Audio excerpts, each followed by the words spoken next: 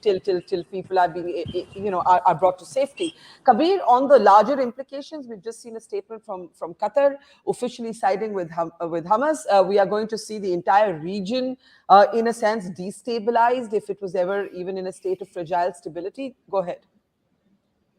I'm not surprised that the Qatar statements basically say that it's Israel's fault or Israel's actions led to this kind of consequence there. But even if you see the Saudi statement, right, it's really walking on eggshells, because beyond the point, I think public opinion cannot be ignored in these countries. So they don't want to also be seen as completely in favor and in cahoots, for a lack of better term, with Israel and normalizing relations with Israel.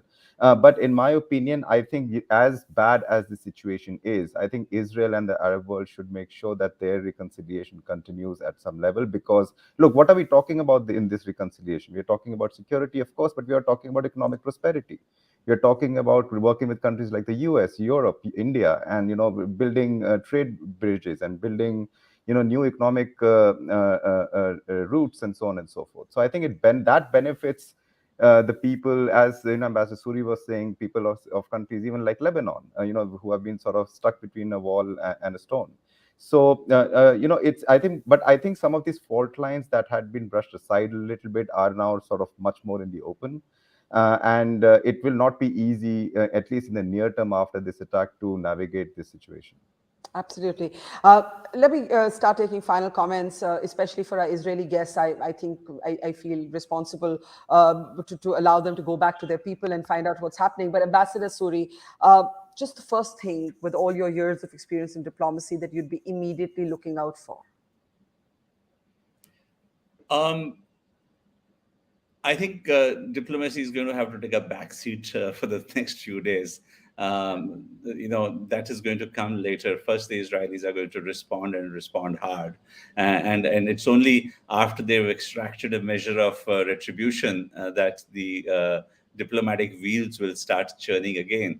But, on what Kabir was saying about Qatar, the fact is that Khalid al-Mashal, who was the founder of Hamas, still lives in Doha. And Al Jazeera, we normally see the more benign English language face of Al Jazeera, but Al Jazeera Arabic is a different kettle of fish altogether. And it is Qatar's espousal of these groups that led to its big standoff with Egypt, Bahrain, UAE, and Saudi Arabia a few years back. So, if Qatar actually has made a statement like this, it's kind of par for the course, and it certainly will reignite tensions in the region, which we thought we were heading towards a period of relative peace in the region. I think this again will stir up trouble at multiple levels. Yeah, Maya Kadosh, what would you like the world to understand about how your people are feeling today? Wow, I think people are in distress today. People are shocked and sad. It came as a surprise, and it wasn't provoked. I think for years Israel saying that Hamas is a terror organization, that it's backed by Iran. Not always the international community or people listen to our messages, and I hope that if one thing will come out of today is the understanding of what kind of neighbors we have, what is the reality we are facing on a daily basis, how brave the people that sit on the border and fight today for their life, and they should set examples to many all over the world. Yes. Khalid, I'm going to ask you a last technical question because you have so much experience in security. You said earlier that obviously the terrorists will try and use the hostages as bargaining chips.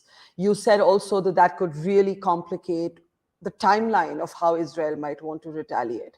What do you think would immediately happen given the hostage situation, the lack of clarity on it? Some numbers have suggested 35 taken hostage, others have suggested more than 50. The world doesn't know. If Israel authorities may not even know right now exactly how many people have been taken hostage. How does this impact the timeline of what might happen next? What do you think will be the response in handling this challenge of hostages? I think it's very hard to tell because we've never had something happen of this magnitude. I think Hamas is wrongly banking on Israel having a soft response because of the hostage. This is the type of situation that doesn't allow falling into old patterns. Israel, of course, is known for doing everything it takes and taking great lengths to getting back its citizens. And therefore, there definitely will be a trade-off between whatever we do that might endanger them and whatever we do that we have to do. But I think there is a misconception within our enemies as to how fierce not just Israeli forces are, but the Israeli people are. We have seen today people go out to the street in their rural neighborhoods and towns, knowing that they're not going to come back, but fighting these terrorists to protect other people in their homes. We have seen people take whatever they can and fight back. We have seen people who died for it. And this is not a one-off. This is who the Israeli people are. This is a contest of wills between Israel and its enemies. And there is just no standard in which we will not prevail.